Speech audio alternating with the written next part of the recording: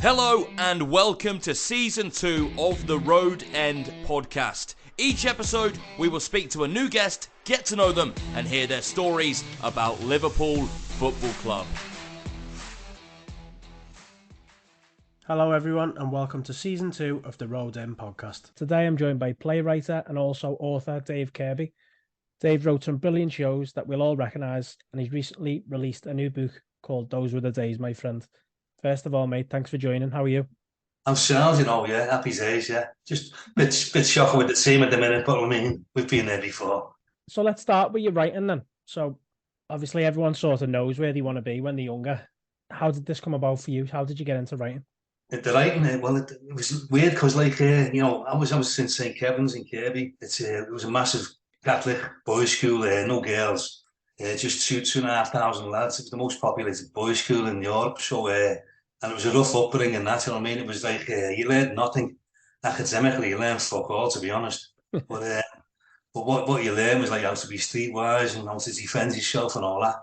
So, but like, I was, for some reason, it's settled down. I've looked at it since, I've got like relations in the past, like a great uncle who used to write war poetry and all this. I've only found all this out since, I've looked into it recently. And I had a great grandfather from Ireland who wrote a book. So something on my arm for this side that was like in the literary sense. But I mean, in St. Kevin's, that couldn't come out. But what happens, I've told the story a few times. I wrote a poem one time about the human body. We got this homework to do, so I wrote this poem about the human body. And the teacher, he was next day, he was like that. He said, "It wasn't you. That wasn't you. You haven't written this." I said, It was me. So he made me do a poem about doing PE and all that. Then he was made up. He went, "My God, it is you." So I was only about 11, 12, first year at St. Kevin's. And what happened? He put us in for this competition. And it was in the Liverpool Echo back in the early 70s, which you're talking like, it was rough to be a poet them days, mate. It was seriously that, you know what I mean? So anyway, they mentioned it in school assembly. Congratulations to Dave Kirby for getting his poem published in the Liverpool Echo, and I was cringing because there were like 1,000 lads in the assembly on a Tuesday and on a Thursday. And before I got out of the hall, I was getting boosters in the back. There's all like fellas like spitting on me blades and all that. I had about 3 fights that week. I mean, even my older brother, Mick, he filled me in that night, battered me like, he told me, he said, "What are you writing poems for, you fucking queer?" and all that. It was all homophobic stuff, Yeah. So I thought, fuck that, writing poems off, you know what I mean? So, because that was like a serious piece. But what I found I could do, I used to take the piss out the lads on funny stuff. Yeah. They all have that all day, that kind of poem. It's like it's only doggerel kind of verse, but they'd accept that all day as long as it was funny.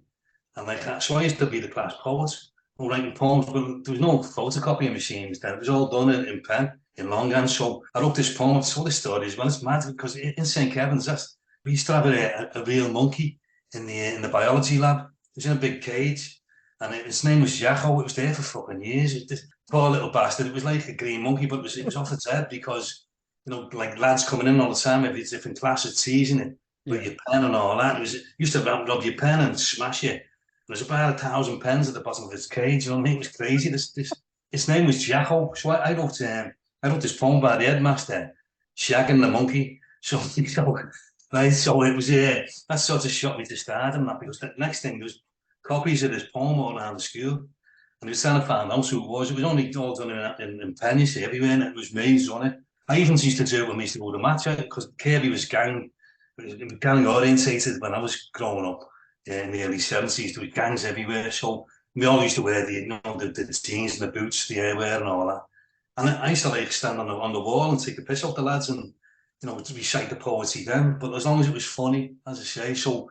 That's how I mean, so there was always a writing sort of gene inside me, but I didn't know it was going to come out the way it did in the end. When I got made redundant in 1997, it took years to get out there, but by 2006, I was writing scripts and everything then. It was just new. I mean, and I happen to know Willie Russell and Aaron Bleasdale, the playwrights. Yeah. Because my mate Andrew Scully, he was in St. Kev's, you see, and he was my mate in school, so I used to go and see him in plays and that. Even when I was in the building trade, so I used to love the theatre and going to see him and stuff, especially local plays by Aaron Bleasdale and Russell and that. So I got to know them, Bleasdale and Russell, through.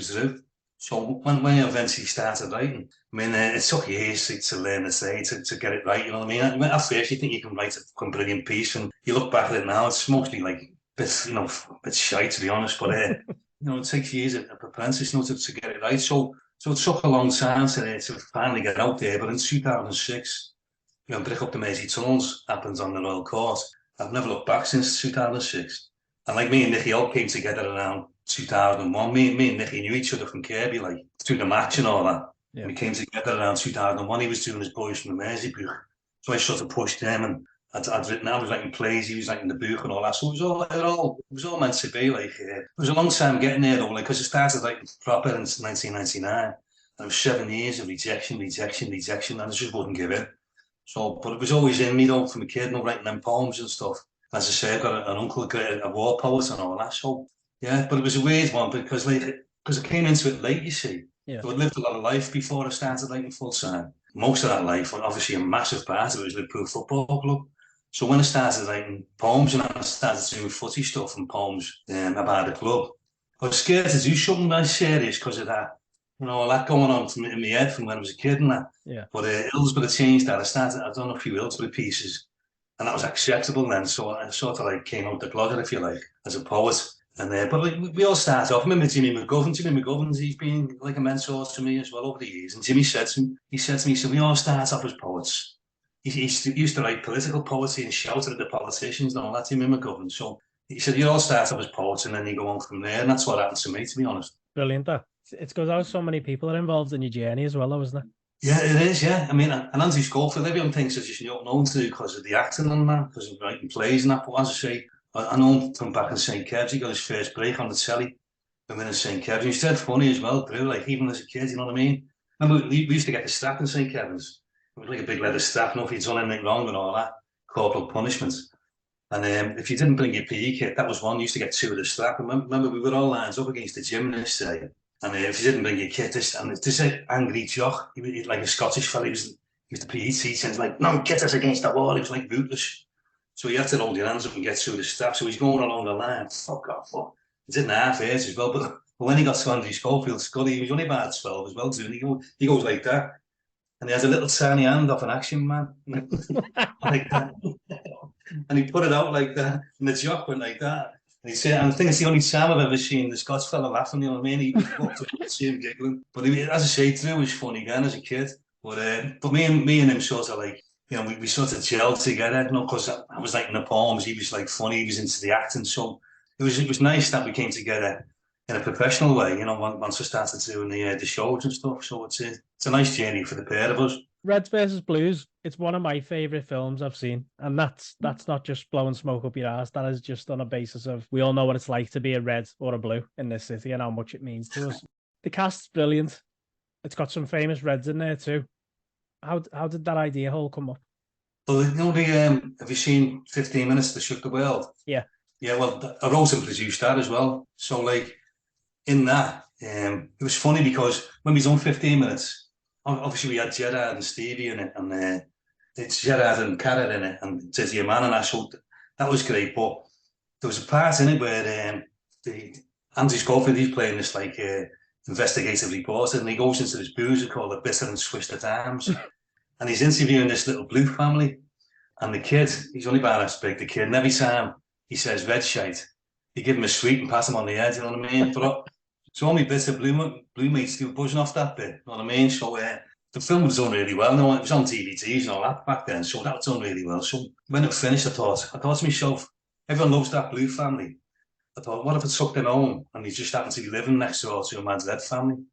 You know what I mean? So, and then that's how the idea came about. So it just happens organically. It was like a follow-on from the 15 Minutes to Shook the World. But I mean, it was probably the only time in recent history that they've had a sort of chance to have a pop at us, because we had X and Gillette going on then. Yeah. So like Everton were laughing at us at the time because we were about paid from bottom and they were fourth from bottom. Do you know what I mean? So the two of us were right down there.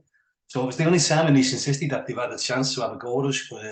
But that's how it came about. And beyond this room here that I'm in now, yeah, the red house is my house, my real house, and my next door neighbours, the blue house. We used my house and my next door. Brilliant. But we were filming for 10 days here, like floodlights and everything all over the place. It was a great time, like. But But in here, we used this as the dressing room.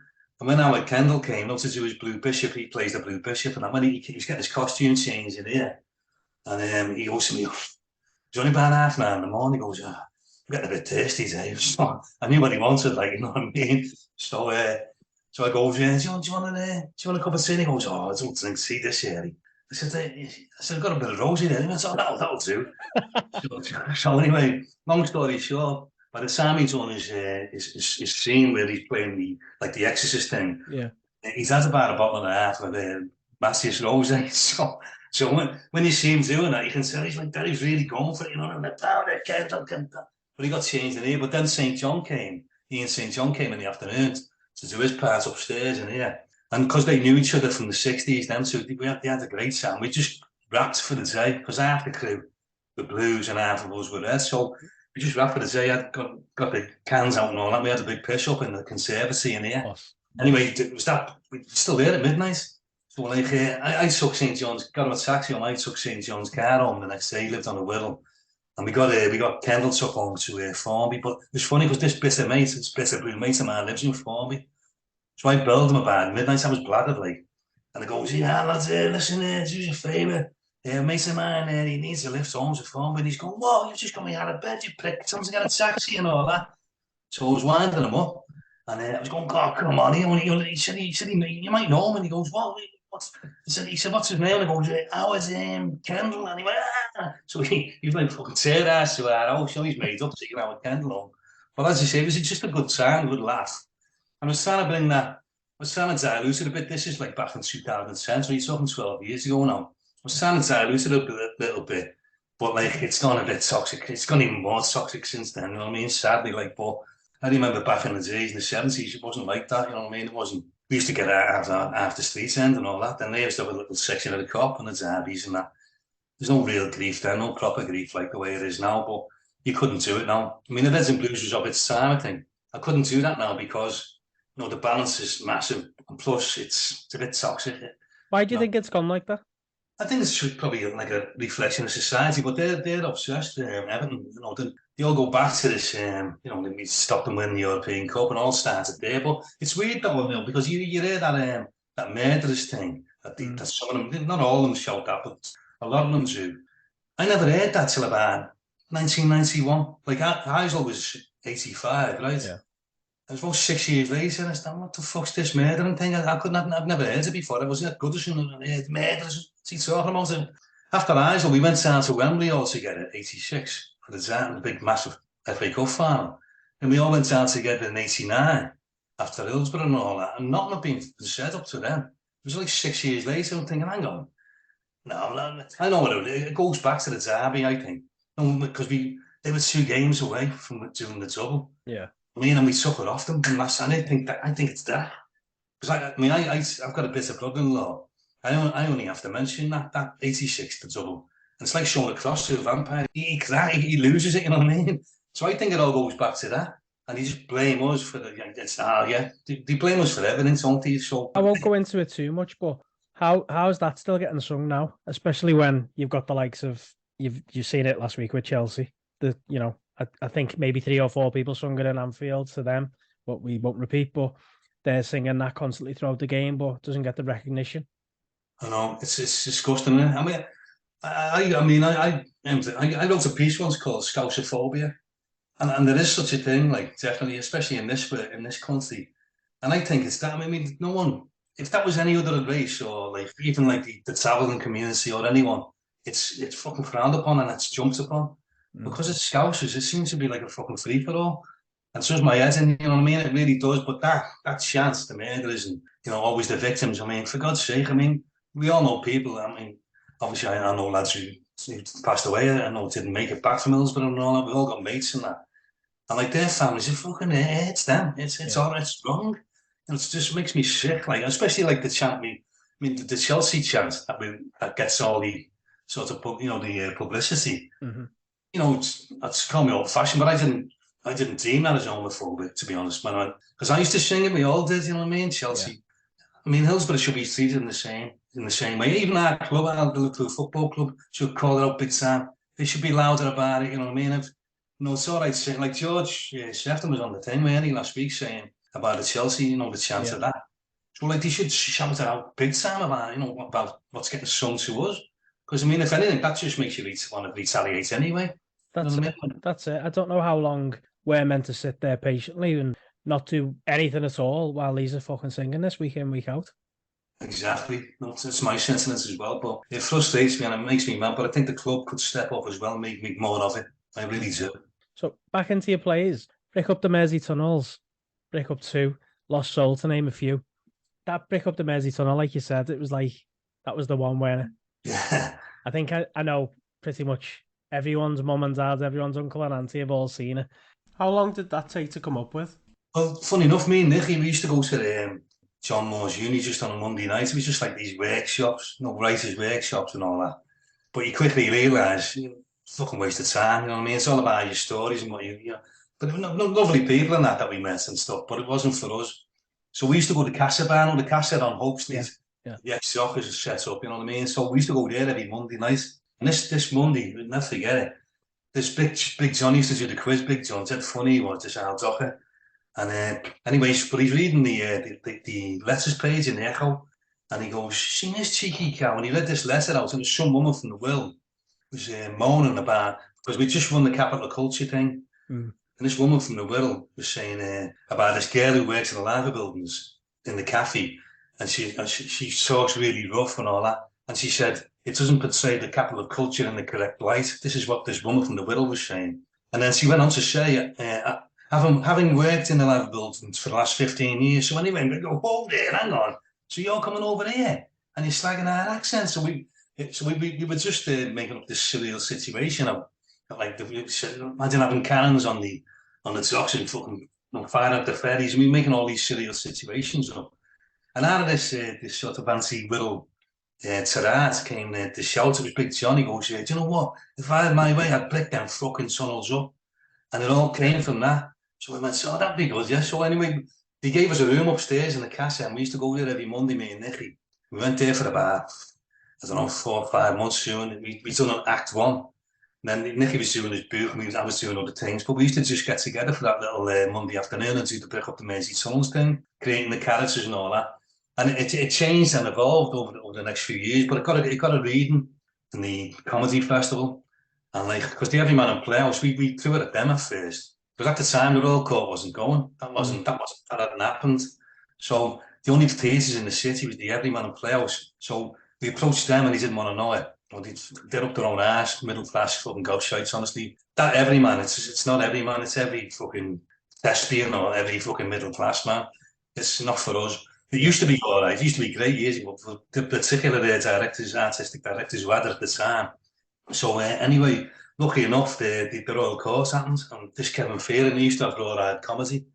So I just shot into his office one day and just threw the script on his desk. And I said, "You don't know me," I said, "but you will do in about half an hour." So my number's on there. He said, "By the way, Andrew Schofield's put his name to that." So anyway, I walked out, and I hadn't got time at all. He was phoning me up, and I met him for a coffee. Nicky's over in Florida. So I phoned Nick up and said, "Listen, I think it's happening." So, and it all happened in 2006, but there hadn't been anything for us. For like there'd been the Brendan O'Carroll stuff, Mrs. Brown on the Royal Court and stuff like that, which was funny. The original ones, I mean, it's just fucking beat it to death now, you know what I mean? But like in the early days, it was all right, it was funny, he used to pack the Royal Court out. But so there hadn't been anything like that at all, because the Everyman and Playhouse was up its own ass, and it had all this, they just think you should sit there rubbing your fucking chin all night, being intellectually challenged, you know what I mean? Yeah. So there was really nothing for like the masses of the city for ages, so Brick Up just happened at the right time, and because it was like, and because we felt that, like, that Scouse sort of like pride, so don't be coming here, you know what I mean, taking the piss out of us. It was like a rise up, like I don't know, there's a film years ago, Passport to Pimlico, like a Republican. It was like the Scouse Republic, you know what I mean? If you're coming into our city, the expect us, don't be taking the piss out of us. So that Scouse pride, it had all that. Because although it's a comedy and it's just a slapstick and stuff, behind it was anger, you cheeky bastards, you coming here. So, and you could feel that through the, obviously through the script itself, but it's been on like 6 times since 2006 altogether. It's had 6 runs and over 200 and 300,000 nearly seen that. Brilliant, just that one play, yeah. So So it just connected, and it was all about timing. We were just lucky that at the time it was badly needed. Everything just, and we just won the capital culture. The everyone in playoffs were up their own ass. Everything was right for us, you know what I mean? So, and we've never looked back since then. I mean, I've had about 7 or 8 it shows now. It's 7. It shows, and they always come back as well. Like Lost Soul has been on 3 times. Lost Soul 2 has been on. I think that's coming back on maybe later this year or early next year. Brick Up 2's been on twice. Council Depot Blues has been on 3 times. And Barry White Christmas, which I've done down at the Echo Arena, which went down a storm. So, you know, I've never looked back, and then, you know, everything that's happened since then, I've written for the TV. I had an episode of Jimmy McGovern's Moving on BBC last year. So, you know, so it's all snowballed. But I mean, it always goes back to you know, those early days in St. Kevin's and getting them slaps up my brother and all that. But man, he's like that now. I'm sorry about that now. Yeah, of course he is. I know, yeah. But as I said, but the Liverpool FC thing, because it was a massive part of me, you know, I used to do the poems, and we used to have these Istanbul nights at the ground. And like, it started off doing one a month, and it ended up like doing 3 a week. And it was funny that, because like, I didn't used to like read it. I used to perform it, I don't remember it. So I'd get up and like the MC, whoever it was, each day, blah, blah. And he said, oh, there's a poet coming on. And should have heard, like, a room full of lads, like, you know what I mean? Like, oh, fucking match going lads and all that. And you could almost hear the gasp in the room. Poet, a fucking poet. The first thing I used to say, listen, lads, this isn't like fucking Lonely as a Cloud and all that, like, you know what I mean? This is about using it. So I'd get going, and within a couple of minutes, I had them, you know what I mean? It was just talking about their lives, and like in a passionate way, and the way I felt it. But I got to know a lot of players then, because I was always on the top table, and there was always like two players there with us. So I got to know all the players then, you know, and that was a great thing, because I mean, being on the building site, you know, like I'm your dad's generation and going through all what I went through, you know, fucking shitty job, and then at the end of the week, you know, your idols. And I'm meeting my idols and all that, and it's that was a great side, and the football side of it for me has been massive. You know what I mean? And with, as you say, with the films, I mean, this little book I've done now, that's just, I was in, funny enough, I was in the Boozer in Kirby when I had the idea, because what happened? It was when Alisson scored that header, West Brom. We were all having a lock in also with Boozer, because it was like during COVID, like it's not better. But it was rammed anyway, so like we were all in there and we were all partying after it. And with these 2 young lads near me, Jay and Lewis, his mate, they started singing, "No Bertie, me said to Bill Shankly," you know, that's the song. So anyway, I started telling them, I said, "That's an old song." I said, I said, "That's about 50 odd years old." They went, "What?" They couldn't believe it. He said, "No, I used to sing that back in the day, early 70s. He said, "It was a proper old boot boy song." And he said, I said, "You know, Bertie Mee was," and one of them said, "Was he Shankly's mate?" He thought he was fucking, didn't know Bertie Mee was, you know what I mean? So I was just telling him about the origins of the song and how we used to sing it. Because at the end of it, we used to, you know, like, it used to be the Liverpool aggro. It changed to the Annie Road aggro after a while. But it started off with the Liverpool aggro. You used to get behind the white fans in Annie Road and do the boot walks down into them. You know what I mean? That's I mean, younger fans will know that as the Torres bounce. Yeah. You know, used to bounce into the away fans and all that, and rub the scarves and all that. That's the way it was. It's mad when you think about it. But I mean, we used to get it badly at the away games as well, but it was just totally tribal and territorial back then. But because I met them lads that day and I was talking, telling them all the stories and that, they were like amazed and going and asking me all sorts about it. So I thought it'd be nice to do something about that damn time, just to capture as a social document what it was like going to match then. You know, like for the younger lads, like for the dads or the granddads, see what it was like for us. I just got to thinking about it, but I wanted a story with a big in the middle end. I didn't want to just pick random games and I thought 74 cup run, because I went to every round of 74 cup run, right up to the final, and that's got a big in the middle end. And like last year against Chelsea, when I just took my old scarf, this scarf, there it is, from 74. It's me Scouse Power on it, see, and the 2 fists at either end, the cop rule okay on it.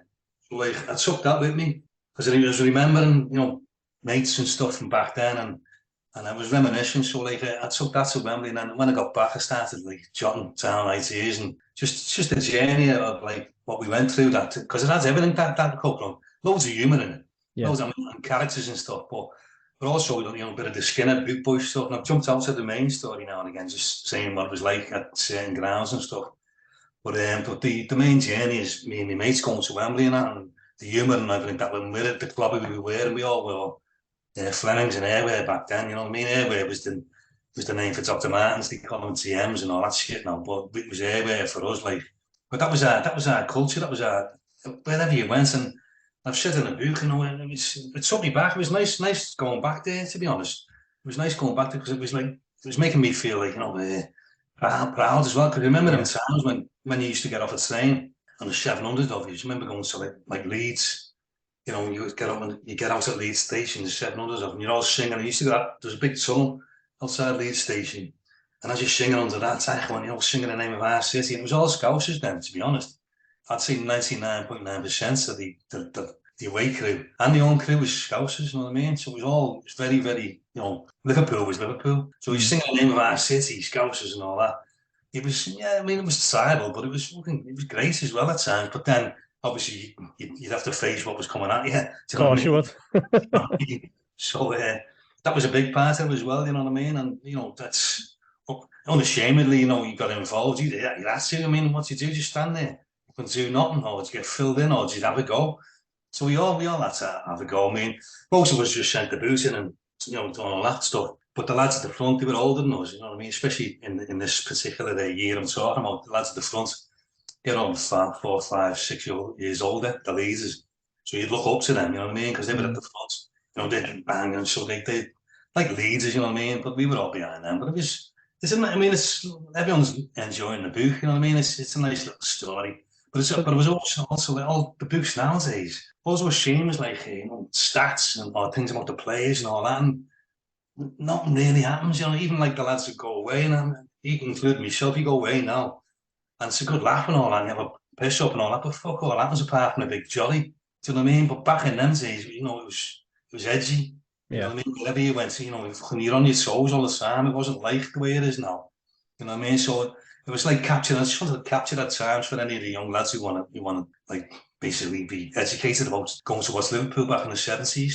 This book, Those Were the Days, my friend, and it's on Amazon. Is it available anywhere else? Mick's got in at Scarf or a Badge. Mick's got copies of it, and so is Tom in the precinct, you know, 12-man football. Yeah. But it's interesting because this picture on the front, that was taken in 1972 outside the Albert, and like the lads, you know, they got the airwear, the boots on and all that. And like, I remember this lad said to me the other week, why is a Leeds fan standing there? Because this lad's here, he's got a Leeds scarf on his left hand, off his wrist, but that's what it was then. You used to fill away fans in and get the scarf, and it was like taking a scalp, you know, an Indian. It's like a badge of honour thing, you know what I mean? So he's praying that. But anyway, I met him the other week. His name's Macca, right? Still goes to the game. Maz Red. He's 17. Well, he's nearly 70 now. He's baldy and everything now. But I met him in town the other week because someone put me on to him, and I saw him a signed copy of the book and all that. So Macca's he's been found. This lad's here. His name's Kelly. Now I'm going to meet him in a few weeks. Sammy's still going. Mad's Red, late 60s. Still got a season ticket holder and all that. But it just captures everything that, because outside the Albert, coppers on horses and everything. You know, everything about that picture. I just love the picture. So if anyone hasn't bought it, get yourself to Amazon, get yourself to the Precinct, and get yourself to Hatscarf or Badge. It's a cracker, as you've heard. The stories are great. And I'm sure there'll be a lot more that he hasn't been able to say on this. So you've mentioned some absolute massive reds in the book as well, and obviously ones that are on the front of it. Loads from Kirby, like we've spoken about before. And you can tell it means a lot to the lads as well, because I've seen like people retweeting, I've seen people commenting on it.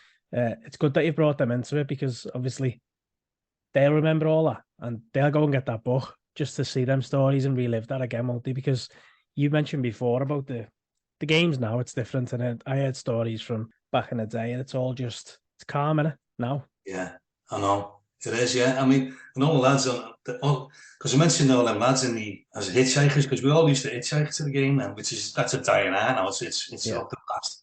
No one hitchhikes no more, but we all had to hitchhike then. But like them lads, I mean, I've got loads of texts, hey, oh, nice one for throwing my name in and all. And there's lads that I've missed out and are going, bastard. I mean, I could have filled about 5 or 6 pages with the lads' names that I knew. But I just remember like the ones that used to comment and all that with us. So that was nice to get that. But like, it's because Kirby, I've said about Kirby was nuts at the time as well. You know, it was like even when you went to match, you know, it was like gangs. Some say there was no away fans now. I remember being in the cop one night, and it was about 30 of us and all that, and it was like a load of Breck Road in the middle of the cop singing Kirby Town, wank, wank, wank, Kirby. Yeah, so it was like when there was no A fans down, it got decided amongst yourselves. Kirby was ruthless then. The gang fighting, I've said, in the booth that they had mounted police in Kirby for a month in June '74 to stop the gang fighting. Wow. That's crazy, running down Beery Drive, coppers on horses, mad, isn't it? Kirby was nuts. Kirby was like gangs everywhere and used to fight each other. But like as I say, it was just gangs were part of growing up for me was gangs. It's more vicious now, the more evil the gangs. Like all these fucking shivs and all that. And I was going to say that. It's all shit house moves now, and it's not fist fights. That's what I mean. But back in the day, the worst kicking I ever got was at Middlesbrough. 75, I got fucking booted to bad kicking there under the bridge by the station. Like loads of lads come down from the station's house and battled and dragged me up the stairs and that. But I got enough of, I was like the elephant man coming off the train, like I couldn't turn around. I was honest to God, I couldn't move. That was a bad place, Middlesbrough, when they first come up. No one knew then either. There was no internet. To warn you. It was like nowadays, everyone knows everything about it. But when they came up to 74, 75 season, and it was the last game of the season away at St Park. So it was 2 specials, man. Going up to the ground, no problem. It was like, it was like 1,500 of us all together. And the next thing, right the way through the game, they're coming over the side fences at us. So we're battling with them and punching them back over the fence. And then they come across the pitch at us. So it was like fighting right the way through the game. So after the game, it was murder. You had to go like through the shopping centre. It was like going through Church Street all the way back to the station. You didn't know what the fuck was you in the end. It was just all mingled. And it was all. And then them ages, like, what time is it? If you didn't speak, well, up there it was like seaside. If you didn't speak like there, same as here. If you didn't speak Scouse, what time is it, mate? If you didn't speak Scouse, you know what I mean? That's how sort of like insular tribal it was. And a local it was then in them days. But yeah, them days. I know a lot of lads who were involved in the heavy stuff as well. You know what I mean? When I say heavy stuff, the leaders and that. Yeah. I've said like that. It's never been done, that book. It's sort of like Scally book from the early 70s. This sort of touches on a little bit, but I've said at the beginning, it's not a full-on book. It's just a journey through 74. But the lads who were involved in all that, at the front, the ones I used to look up to, I know a few of them now. And I know a few of them have passed away, but I know some of the main players, and I've said, if you ever want to do a book about them times, well, here's your man, I'll just tape it all and, let's get it on, let's get the proper stories, the really juicy stuff, you know what I mean? That's going to happen now. Yeah, everyone I mention it to, they go, oh, fuck, yeah, you got to do that. Because, there's one lad in there, he's mentioned in the Chelsea books and West Ham books and all that, and he's still beveraging the Thomas Frost on Lane there, you know what I mean? He's like, God, he must be 70 now, but like his memory's not great, you know what I mean? But he's all the lads around. I'm sure he'll come to life once he starts igniting the fire, you know what I mean? But you wouldn't think this now for the sitting there, grey hair and the Thomas Frost, and the stories he's got, mate. Everywhere we went, and you had to be on your toes. It was an interesting time, like, but and it's strange because I've seen all that, and I've seen the way the rise of this global sensation that we are now. But that's what I was trying to say. This is before all that. This is what we went through. Before it's like all the fun that we took back then. And the younger lads are reaping the benefits of it now. You know what I mean? It's all everything's comfy and safe and all that. But what we went through was a totally different match experience to what the lads go through today. And that's all I was trying to just express in that. Moving on to Liverpool now. We won't talk too much about it because you know what it's been like. Where do you think it's going wrong right now? I was lucky enough to see all the great stuff in the past. When we won in 77, we nearly won the treble, won in Rome. We won the league, and we should have won the FA Cup as well. But that summer, we goes on to Keegan left, we got Dalglish and we got Anson. Then in the January, we got Souness. We were fucking building on strength. The next 6 years, we won 5 titles, won the European Cup 3 times. Well, you build on that success. Just in them years, I had a list I was going through a list of the players that we bought in that time. Just go through, like from 77, you had Dalglish, Anson, Souness, Alan Kennedy, Whelan. It just goes on. Phil Neal, Lawrenson, John Walk, Jan Molby. This is all added Jordan M. You don't just fucking sit still and expect it to carry on. You know what I mean? And that's where it's gone wrong with these owners. The owners aren't fucking putting the money in the pocket, hands in the pocket, and it's all going fucking pear-shaped because they're not backing Klopp. I mean, people say, oh, they've won us, they haven't won us football. Klopp's won us that. They just hit the jackpot when they got Klopp, as far as I'm concerned. And like, it's him who just performed miracles with that squad on that budget. But like now, he can't, you know, just help him out for God's sake. Give him some fucking job. Let us compete again. You know what I mean? It's especially after last week, the revelation that the third richest club in the world. Do you know what I mean? And I just like that. Well, what's just taking the piss, to be honest. That's as far as I'm concerned. After 2019, and yeah, we won the European Cup. It was brilliant. Then we won the league. But you could see when just before COVID and all that, finished the league up for a couple of months. Even then, we were starting to stutter a bit. I remember getting guns out to Watford, and we got beat 3-0. We got beat by Atletico. We were starting to falter a little bit. And then, you know, it was going a little bit wrong then. That's when you should have been investing, especially in the midfield area, for God's sake. I mean, that's the engine room, innit? And even when they got rid of Wijnaldum, he didn't replace him. I thought, no, when they got rid of him, I thought, he must be going to get someone. No one. So I think, as far as I'm concerned, it's on the owners, this, and it frustrates me because, you know, for the price they got the club for, and you get the lads saying, I mean, I've had arguments, not arguments, I've had discussions in houses with my own mates and that, and they're saying about the stadium or the new stand and the Andy Rose. I said, listen, hang on, if I'm selling this fucking house now and I put an extension on the back, it's an investment from when I sell it. Yeah. So it's just basically you're investing in bricks and mortar. So that's what they're doing. They're just building up the club, the profile of the club. And then when they sell it, they get more. Now, they got it for 330 million, the club. It's like valued 3.5 billion. So, you know, I'm like, hang on, so they're going to walk away from my football club with 3 fucking billion quid. And but I was investing. So my argument is this: before you fuck off into the sunset with all that money, we want something back. We want to fucking now. Basically, I get annoyed with them because I know if they'd have had the ambition and released the funds to Klopp, we'd have kept up at that level. Look at Man City. Man City got rid of Jesus, Sterling, what's the name, the left back? Got Cancelo now, they're getting rid of him. And Fernandinho, you know, they've gone last season. And look at it, but they invest. I know they got serious though, the owners, but so Fenway, if they use some of that fucking offset some of that profit, they're going to walk away with. You know, that's what frustrates me, and I think it all goes down to the owners. I feel sorry for Klopp. You can feel it. You know, when you see it, you can see it in his face, but he can't come out and criticise him like Rafa did.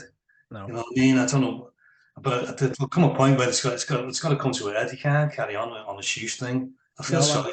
It's painful, isn't it? Because he's like, for me, he's generational. For me, I weren't lucky enough to see Shanks and Paisley, but I'm watching him now, and I'm watching him, let's say, suffer with what's going on around him. There's everybody around us is building and improving, and we're just standing still. We done it after the Champions League, signing Adrian, Harvey Elliott, Seth van der Berg. Chelsea are spending 105 million today on a World Cup winner. I know, exactly. It's mental.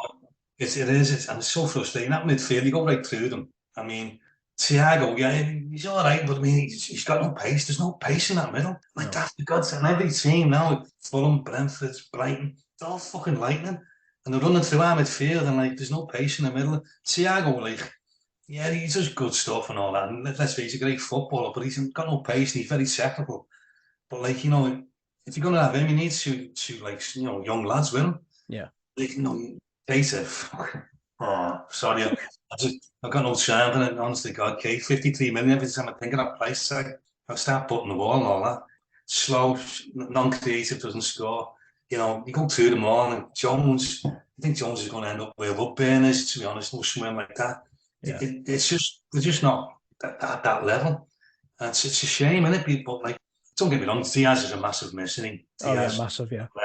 But like, you still need someone to create. When it told me the other week, I was listening to that fucking Solskjaer, he's over wherever he is now, and he was saying about, they asked him about when he used to play Liverpool. Yeah. And he said, we used to just concentrate on one thing when we played Liverpool. So we used to stop Robertson and Alexander-Arnold from getting forward, because apart from them, they had no assists. Basically, he was fucking right. So they were supplying our fucking forwards. The midfield didn't do it. Do you know what I mean? Yeah. So we got no creativity or goal scorers from that middle. You know what I mean? That's a big problem as well. So it's been an issue for a few years though. Even the winning like the league, the Champions League, and that the midfield weren't big in numbers, was it? And now it's more obvious because we have been found out on the left and right hand side.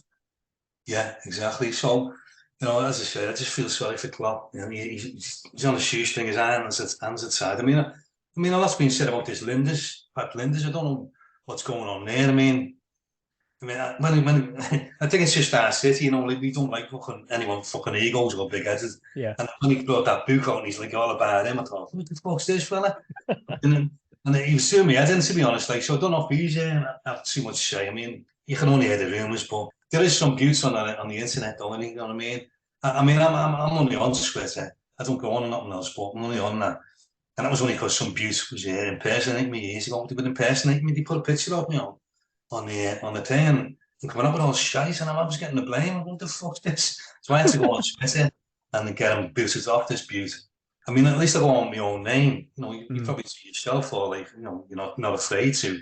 But at the end of the day, you know, these faceless little shit houses, and I haven't got a clue. And I think some of them are plants to you know, like Evertonians coming out, you know, planting themselves as Reds and all that. Yeah. Or just like get staring, basically.